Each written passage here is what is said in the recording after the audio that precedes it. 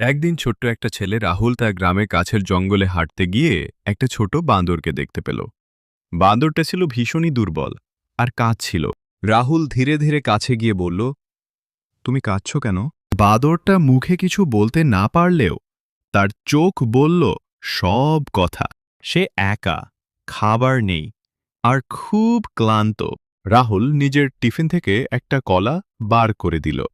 বাঁদরটা খুশিতে লাফাতে লাগল। সেই দিন থেকে ওদের বন্ধুত্ব শুরু। দিনগুলো কাটতে লাগলো। ভিডিও ভালো লাগলে চ্যানেলটি লাইক এন্ড সাবস্ক্রাইব করে দিও। রাহুল প্রতিদিন একটু খাবার নিয়ে আসত।